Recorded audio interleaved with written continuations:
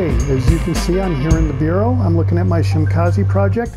It's almost complete. I'm on stage 11 of 12. And you can see that it's on the 5th segment. That's almost complete. I'm going to go in here and do a breakthrough. As you can see from the text over on the right-hand side, it says the Shimakaze could theoretically single-handedly send an entire enemy squadron to the bottom while remaining out of sight for the entire time. That sounds pretty darn good to me. So let's see what it would take to apply the breakthrough.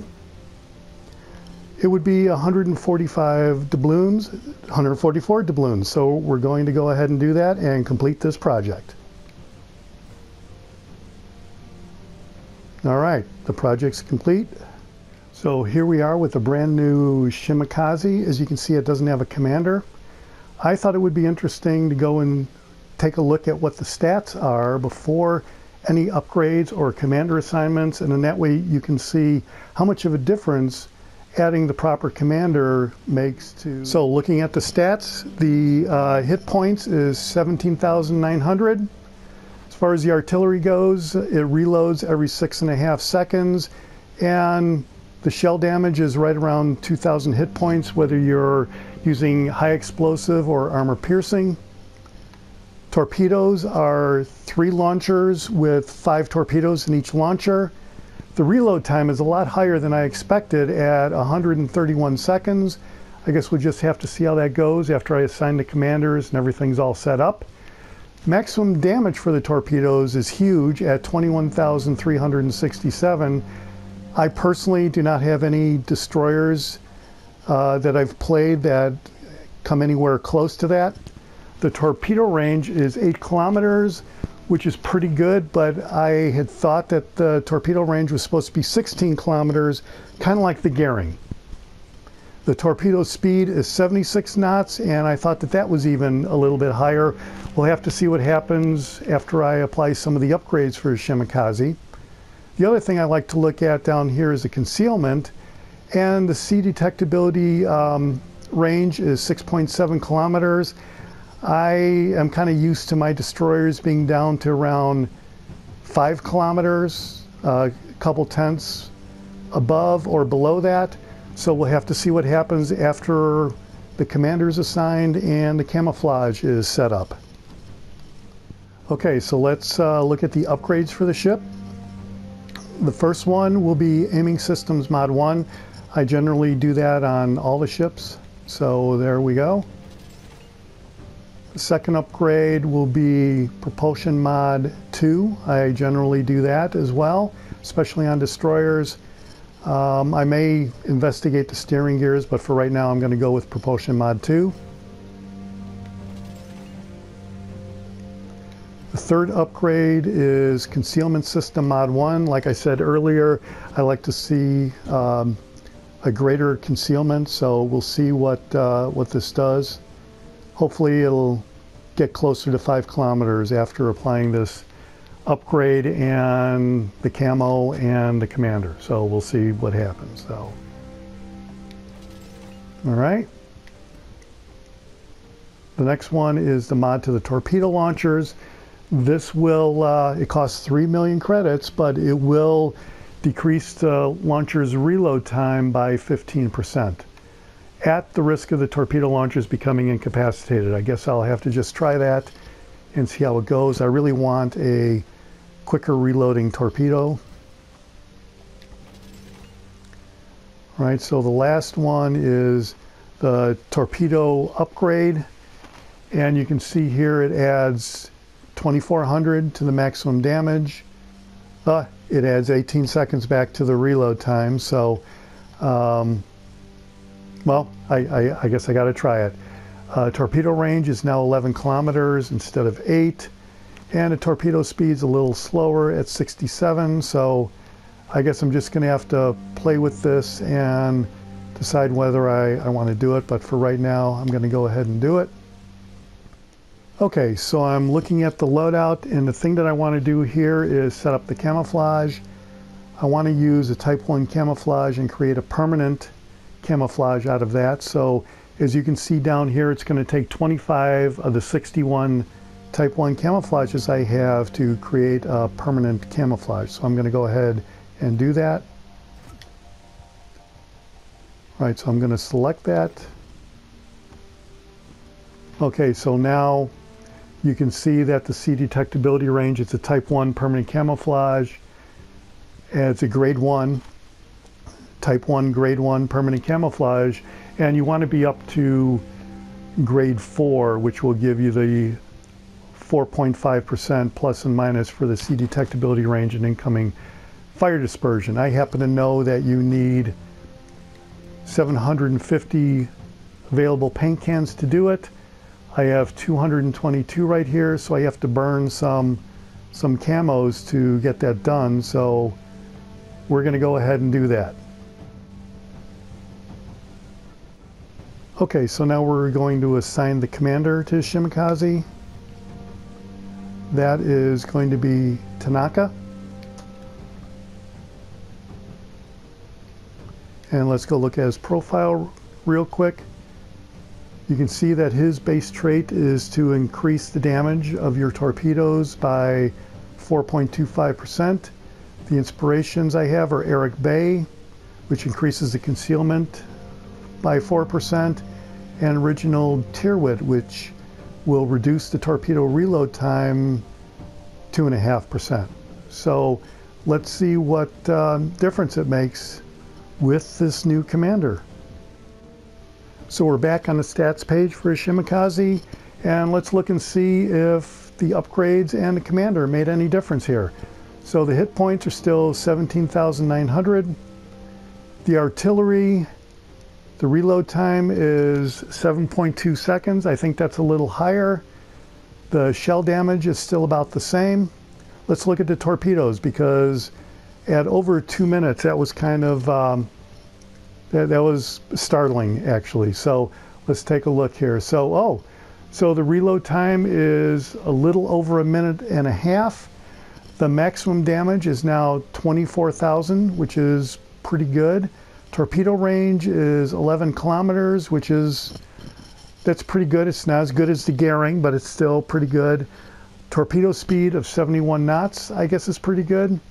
And take a look down here. The concealment is up to 100, and the C detectability is down to 5.1 kilometers, like I was saying earlier. So by adding the permanent camo and all the upgrades that I've made to the commander, it seems to really have made a pretty big difference here on the concealment.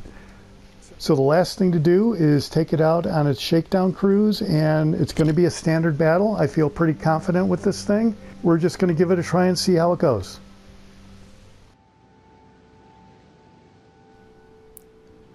Okay, so here I am in the maiden voyage, the shakedown cruise of the Shimakaze. I'm just looking around here to get a bearing of where I'm at, and you know, I'm so close to B, I might as well go over here and try to capture it.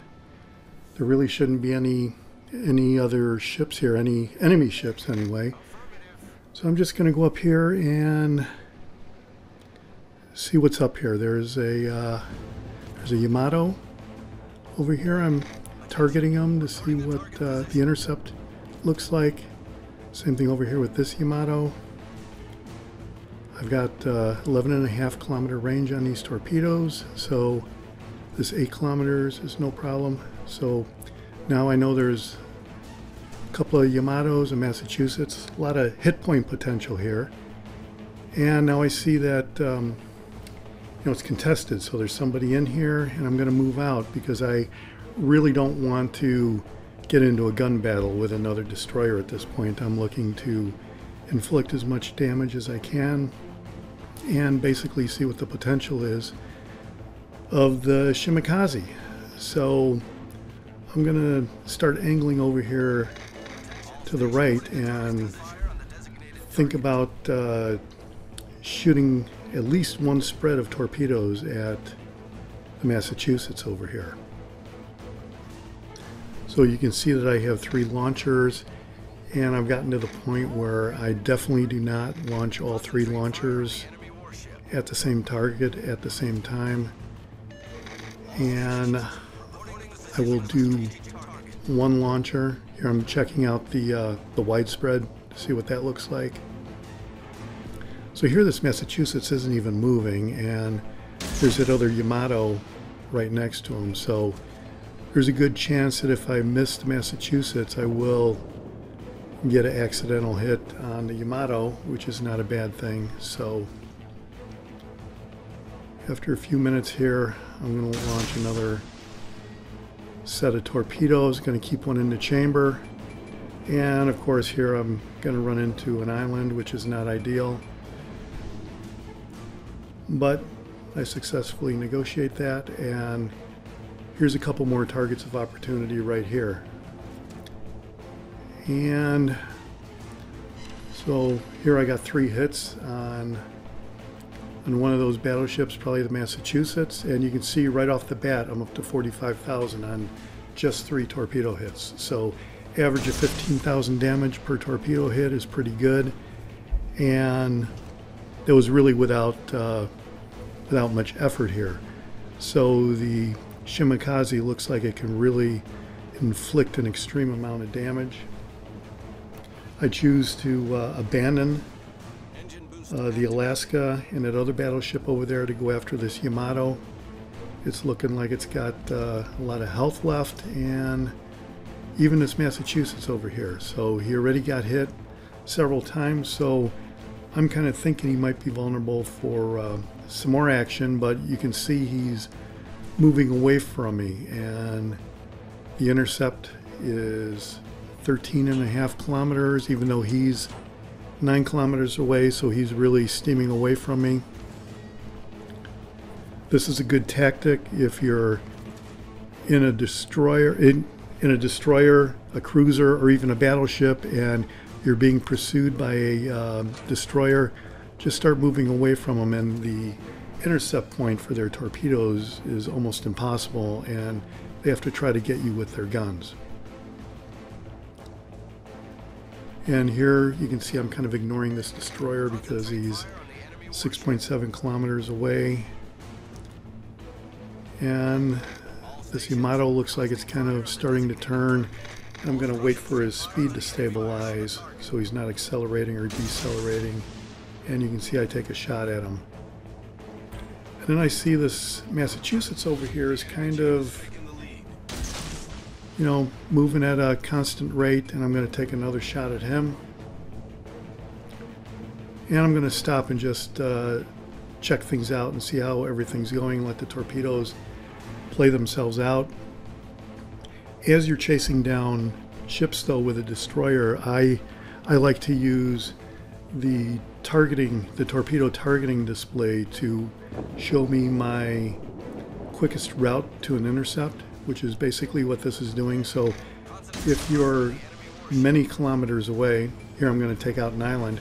So here, if you're many kilometers away, you can have your closest, your quickest intercept to the enemy ship by following the indicator line right here. So I realized my mistake. The Massachusetts was not going to go in front of the island. He's going to go behind the island. So I'm going to try to get him on the exit over here, or at least I'm going to try to do that. He doesn't really have much health left, so he may not even be around. But then I see this other Yamato over here, and already he's within torpedo intercept range, so he looks like a pretty good target coming up.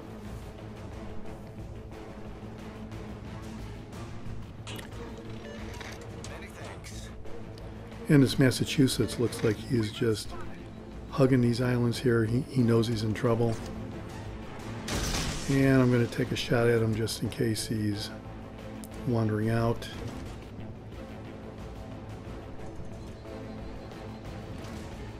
And yeah, he didn't have much left, so I'm going to go after this Yamato right here. And you can see the intercept is 11 kilometers and the Yamato is 9.8 kilometers. So that's always a good indication that he's moving away. You can also tell when ships are zigzagging, when the when the intercept indicator over here is shifting back and forth. And actually these torpedoes that I fired at the Massachusetts has a good shot of taking out the Yamato here, or getting a couple hits, and I'll be darned. This is unbelievable. This is awesome. This is the power of the Shimakaze. And now I'm already up to 67,000, and now the radar's turned on, and smoke doesn't help. You just have to try to do the best you can. And I think this cruiser over here at 7.9 kilometers to my left is the one that had the radar. So I'm going to try to hit the smoke anyway, because I'm figuring that the radar is not going to be on for that long. So now you can see the radar's off and I'm just spotted, so I've got to do my escape maneuver number one, which is to hit the smoke and circle around.